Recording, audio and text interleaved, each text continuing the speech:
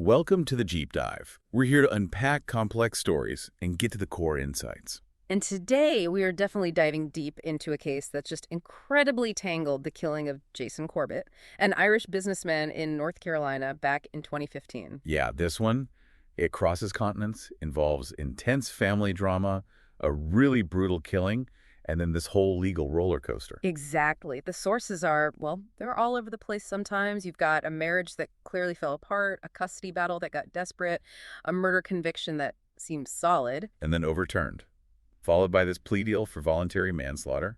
It's a lot. It is. So our job today is really to sift through it all. The evidence, the psychology, especially that custody angle, and figure out how the legal system went from a 20-year murder sentence to, well, early release. It really makes you look at how procedure can sometimes, overshadow the raw facts of a case. Okay, so let's ground ourselves in the basics. August 2nd, 2015, Wahlberg, North Carolina. Jason Corbett, he's 39, dies from blunt force trauma. Inflicted by his wife, Molly Martins Corbett, and her father, Thomas Martins, who, importantly, was a retired FBI agent. Right. They were convicted of second-degree murder in 2017, sentenced to minimum 20, maximum 25 years. But, and this is the twist we need to understand, those convictions got tossed out on appeal. Mm-hmm. And in 2023, they took a plea deal, voluntary manslaughter, which meant considering time already served. They walked free in 2024 under supervision. It's a massive reduction. So to grasp that outcome, we really need to rewind and look at the years leading up to that night. Absolutely. You have to start with Jason's life before Molly. Back in Limerick, Ireland, he was married to Margaret Fitzpatrick Maggs. Right. And tragically, Maggs died very suddenly in 2006. It was just after their daughter, Sarah, was born. Yeah, the accounts say it was a severe asthma attack. His sister Catherine was apparently there, saw her struggling with the inhaler while Jason was trying desperately to help. And that detail asthma, it becomes so critical later, because the story Molly Martins apparently told people in the U.S. was completely different. It was. According to the sources, mainly Jason's family, Molly told friends Maggs died of cancer. She even, bizarrely, claimed they were pen pals before Maggs died. Which is just impossible. It's not just getting a detail wrong. It feels like a deliberate fabrication. Like she was trying to write herself into the family history, create this connection that never existed. It points to a pattern, maybe. This alleged pattern of deceit is really the context for how she enters the family.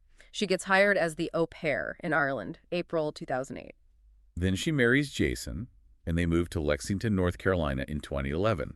But Jason's family, especially his sister Tracy Lynch, they documented a lot of concerns about Molly's behavior even before the move. Yeah, they described her as a fantasist, basically. Claims of being an Olympic swimmer, a qualified Montessori teacher. Even fostering a child previously, things that apparently weren't true. Right, but the most significant thing she hid, according to the sources, was her psychiatric history. This is really key, isn't it? It seems to be. The records confirm she was released from a secure psychiatric unit at Emory University Hospital in Georgia just weeks before flying to Ireland to meet Jason and take the au pair job. And she didn't tell Jason about this until right before the wedding. Apparently not. Which, you have to think about the implications of that choice. What does it say about her willingness to manage perceptions, perhaps? And this alleged manipulation seems to have continued, even intensified, once they were in the U.S. The sources claim she actively deceived neighbors about the children, telling people Sarah was her biological daughter. I mean, the story about her describing her difficult labor at a Bible study meeting, it's incredibly detailed deception, if true. She was building this whole false narrative for her new American life. Yeah, and while she's allegedly doing this, Jason is footing the bill. He paid, $390,000 for the house with money from his Limerick home sale? Gave her $80,000 for furniture, bought her a BMW SUV. And significantly paid $49,000 towards the wedding directly to her father, Thomas Martins. Okay, so he's investing financially. But the marriage itself sounds like it was incredibly strained from the start. And it all circled back to the kids, Jack and Sarah. Everything seemed to. Molly desperately wanted to adopt them, get them American citizenship. But Jason refused. He did. He got them green cards so they could live in the U.S. legally through his job, but he insisted they keep their Irish passports. Why was that so important to him? His brother John explained it later. Jason was deeply worried about what would happen to the kids if he died unexpectedly. He didn't trust Molly or her family to send them back to Ireland to be raised by his sister, Tracy, as his will stipulated. So the kids' legal status, their nationality, It was a constant source of tension, a real battleground. Definitely. And Jason wasn't just worrying hypothetically. He was apparently making plans to go back to Ireland, maybe retire early, open a pizza place in County Clare. Tracy Lynch confirmed this, right? She saw the adoption push as a direct threat to Jason's plan to take the kids home. Yeah. And Molly's actions before the killing seem to back up this focus on custody over, say, reconciliation. What do you mean? Court records show she sought legal advice about her custody rights if they divorced back in the summer of 2013. Okay. And then she spoke to a lawyer again in late 2014, specifically about her rights to the children. It suggests her priority was securing the kids legally, whatever happened to the marriage. Which sets a really grim stage for the final days. The family called it psychological warfare. And the worst example, corroborated by Sarah Corbett herself later, was Molly allegedly telling the children that their father, Jason, had actually killed their mother, Mags. That's just unimaginably cruel. Poisoning the children against their father right when things were falling apart. And then came the incident that seemed to be the breaking point for Jason. The fat shaming incident. Yeah, a friend recounted that just days before he died, Jason left a party early because Molly started mocking his weight in front of everyone, hitting him where he was most sensitive. Tracy Lynch called that the last straw. He was done. He was going back to Ireland with the kids, without Molly. And the evidence suggests he'd even packed a bag that night. So picture the scene. He's about to leave, taking the children, cutting her off from them, and likely a significant life insurance policy. That creates an incredibly powerful, immediate motive for what happened next, doesn't it? She stood to lose absolutely everything she'd seemingly lied and manipulated to get. Okay, let's shift to the incident itself. Early hours, August 2nd. The narrative starts with Thomas Martin's 911 call, 3 a.m. And he says he intervened in a fight between Jason and Molly and Zlimthy. His words were, may have killed him. Right. Both he and Molly immediately frame it as a domestic disturbance, trying to set up that self-defense angle from the very first moment. Thomas Martins, the ex-FBI guy, gave a pretty detailed account to the police pretty quickly. He did. Claimed he heard Molly scream, grabbed an aluminum baseball bat, which he said was a gift he kept nearby, went into the dark master bedroom, and saw Jason strangling Molly. And he claimed he only hit Jason after Molly had already hit him with a paving stone. That was his story. Molly, in her statement, backed that up, saying she tried to hit Jason with a brick paver she kept on her nightstand. Okay, a paving stone or brick on the nightstand? That already sounds a bit odd. It does. And she also claimed Jason had been abusive before. But the prosecution immediately pointed out she never reported any of it. Never told hospital staff about alleged injuries. The lack of prior documentation raised red flags about this sudden, violent incident. And then things start happening after the incident that look, well, suspicious. Actions that seem aimed at controlling the scene and the narrative. Hugely suspicious. The cleanup effort is maybe the most glaring example. The $5,500 industrial cleanup. Yeah. Within hours of being released, Molly allegedly hires professionals to scrub the house of blood traces before forensics could do a thorough job. I mean, if it was purely self-defense, why sanitize the scene so aggressively? It looks like destroying evidence. And it wasn't just the house, was it? She tried to have Jason cremated immediately. Right. Authorities had to step in to stop her before his family could even fly over from Ireland. They had to rush over just to prevent his remains from being disposed of. And she only let them see the body after they agreed to pay for the funeral and getting him back to Ireland. That's what the sources indicate. The level of transactional behavior right after admitting involvement in his death is pretty stark. Sarah Corbett later described the Martins family's behavior around the memorial as bizarre barbecues, swimming pool, while Jason's family was grieving. Yeah, that reported disconnect between the supposed trauma they'd endured and their actions afterwards was noted by several people. It didn't quite add up. Let's talk about the physical state of Jason's body when help arrived. The paramedics' testimony seems crucial here. Absolutely critical. David Bent and Amanda Hackworth, they arrived fast, less than 10 minutes after the 911 call. And they both noticed his body temperature. Yeah. Remarkably cool, Bent said. Hackworth used the word alarming to describe how cool his body felt. Okay, so if he's already remarkably cool, just minutes after the 911 call supposedly ended the fight. It strongly implies the assault happened much earlier, maybe minutes, maybe even longer. Before they actually called 911, it directly contradicts their story of calling immediately after the struggle. And the 911 call itself, the dispatcher found Thomas Martins strangely calm. Karen Capps, yeah. 16 years experience. She testified he sounded surprisingly calm during that almost 14-minute call. Even though he claimed he'd just done over 400 CPR compressions, which will be exhausting. Right. Now, the defense could argue, well, he's ex-FBI, trained for stress. Sure. But you combine that calmness with the cool body, the frantic cleaning. Yeah. It starts to look less like spontaneous self-defense and more like a staged event where they got the scene arranged before making the call. Which leads directly into the next major conflict, custody of the children. Jason's will was clear. His sister, Tracy Lynch, was named as guardian, and he hadn't changed that will after marrying Molly. But Molly filed for custody anyway, just days after Jason died. She did, claiming she'd raised them for 8 years, that she was their mother figure. How did the court respond to that? Swiftly and decisively against her. Judge Brian Shipwash, who handled the guardianship hearing, was blunt. He later described her attitude as a deranged entitlement to the children. Wow.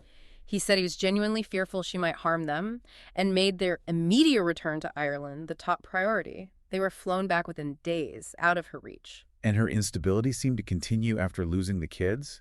There was a car crash. Yeah, about a month later, mid-August 2015, Molly crashed her car into a neighbor's brick mailbox in Knoxville. Witnesses said she seemed impaired, distraught about the children. And Thomas Martin stepped in again. He did. He apparently paid the neighbor directly for the damage, so the police weren't involved. No official report of her state of mind or potential impairment right after the killing. Another instance of controlling the narrative, perhaps? It looks that way. And Molly didn't just give up. She kept trying to reach the kids, posting their pictures on Facebook for months, sometimes with contact info. Trying to maintain some connection, however inappropriate. Until the Corbett family had to send a cease and desist letter, it really paints a picture of someone unwilling to accept the loss of control.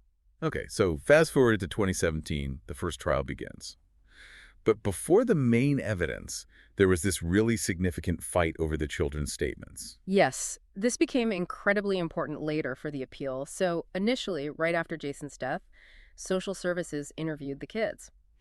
Sarah mentioned Jason having anger issues. And Jack claimed he saw Jason assault Molly. Which sounds like it would have been very helpful for the defense's self-defense claim. Potentially, yes. But then, 9 months later, Jack completely reversed his story.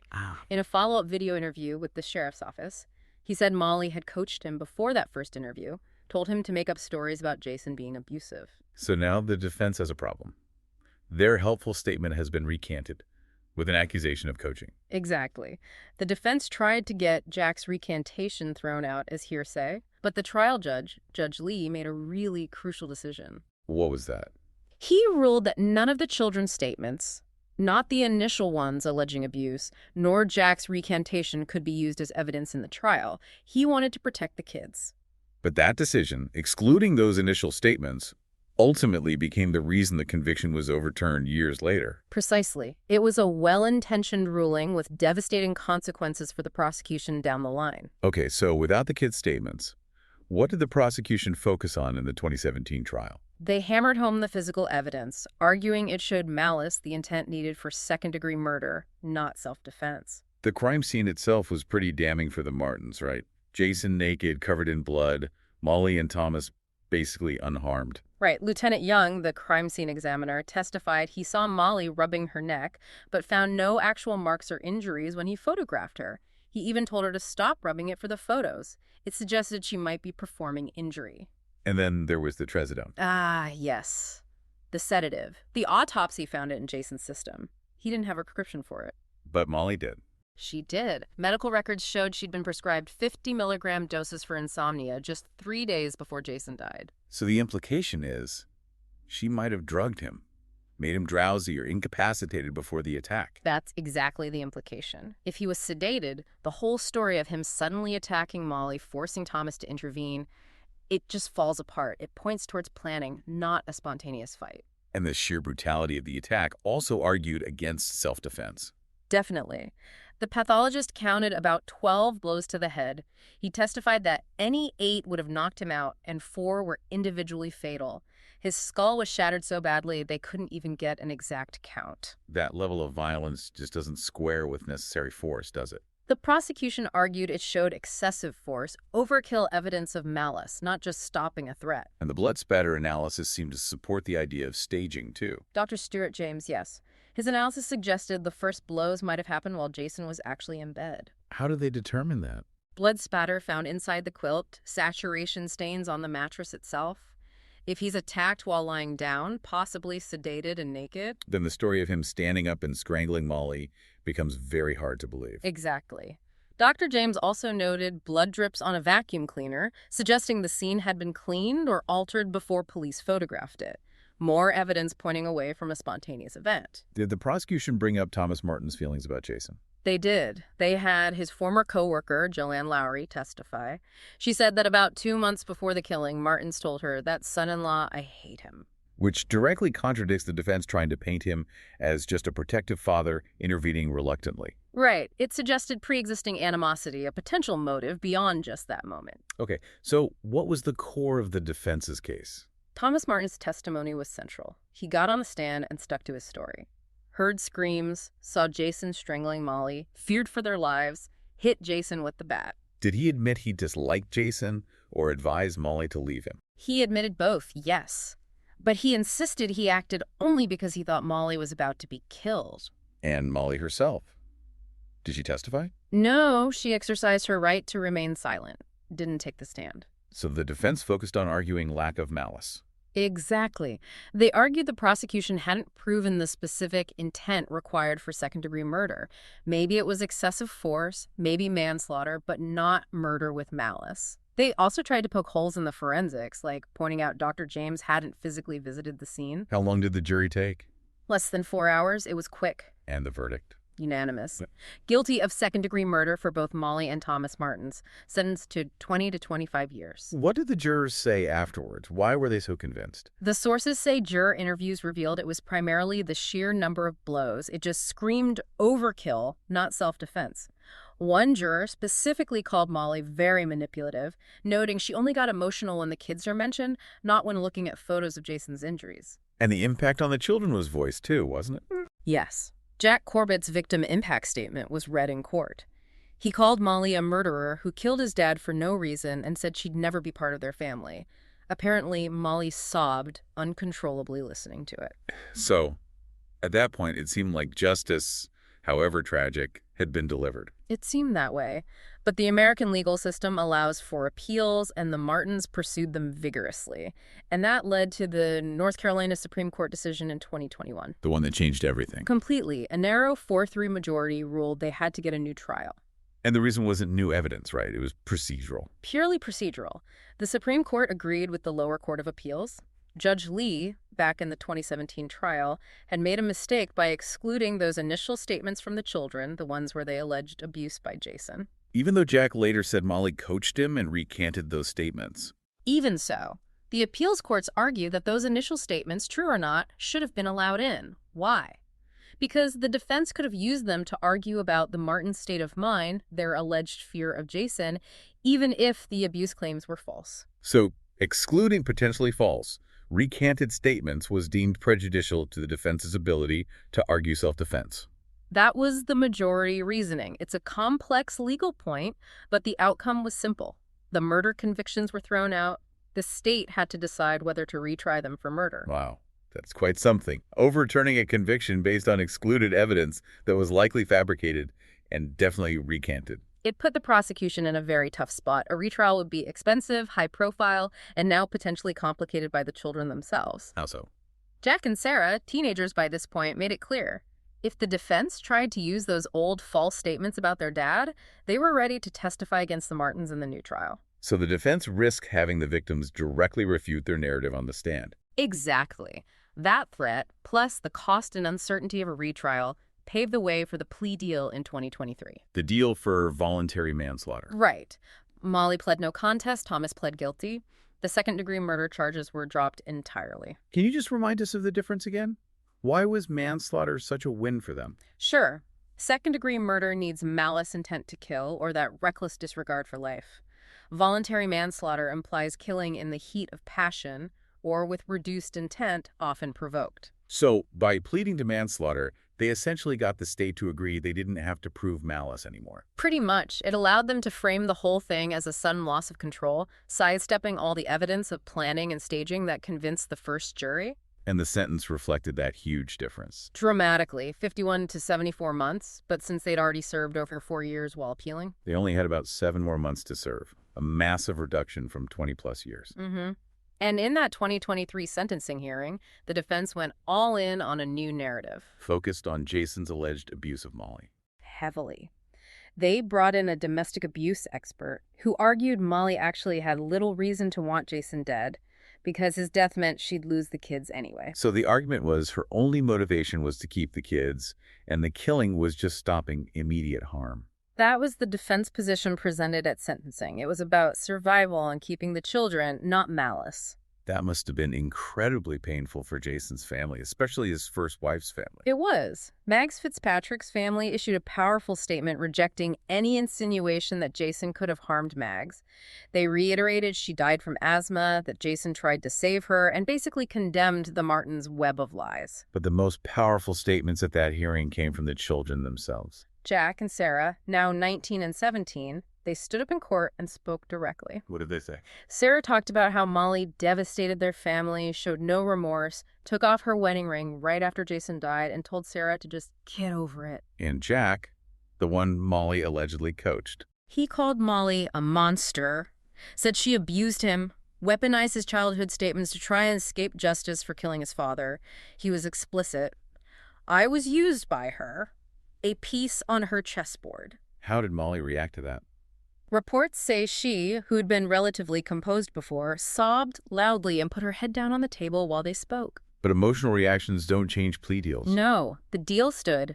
Thomas and Molly Martins were released on June 6, 2024. Just over 4 years served in total. How did people involved in the original case react? The former sheriff, David Grice, was blunt, said they got off with a slap on the wrist. He speculated they just threw enough money at appeals until the courts got tired. And the Corbett family? Their final statement really captured the frustration. They said Molly put Jack and Sarah into the center of her bid to evade justice with a web of lies, calling her treatment of the grieving children inhumane. It just highlights that gulf between the jury's finding and the final legal action. So when you look back at the whole arc of the Jason Corbett case, it really is a stark example. You have this complex, troubled family dynamic, an incredibly violent death, strong physical evidence pointing one way. A unanimous jury conviction for murder. And yet, a procedural legal point overturns it all, leading to a plea deal that drastically reframes the crime and reduces the sentence. Yeah, the first trial was all about malice, staging, overkill. The plea deal hearing focused on custody, desperation, alleged abuse, heat of passion. The core question feels like it never got definitively answered in the legal system. What was the real plan that night? Especially with that evidence of sedation and staging. Which brings us to one final thought, a theory floated by the former DA Alan Martin in a documentary about the case. It offers a potentially different lens on the Martins' objective that night. What's the theory? Martin suggests maybe the immediate goal wasn't murder. Maybe Molly, with her father there as a witness, was trying to stage a severe domestic violence incident. Stage it. Why? To get a domestic violence protective order, a DVPO, against Jason. Okay, and what would that achieve? If she had a DVPO against him, she'd have a legal grounds to immediately file for emergency temporary custody of Jack and Sarah. Ah, so the violence wasn't necessarily intended to be fatal, but severe enough to trigger a legal process that would give her control of the kids. That's the theory. It shifts the motive from immediate malice to a calculated, albeit still violent, legal strategy to secure custody. The killing, in this view, wasn't the plan, but the horrific, excessive result of that staging going terribly wrong. That's a chilling thought. Was the ultimate goal always about controlling the children, and the brutal assault just the means, however horribly it ended? Something for you, the listener, to consider.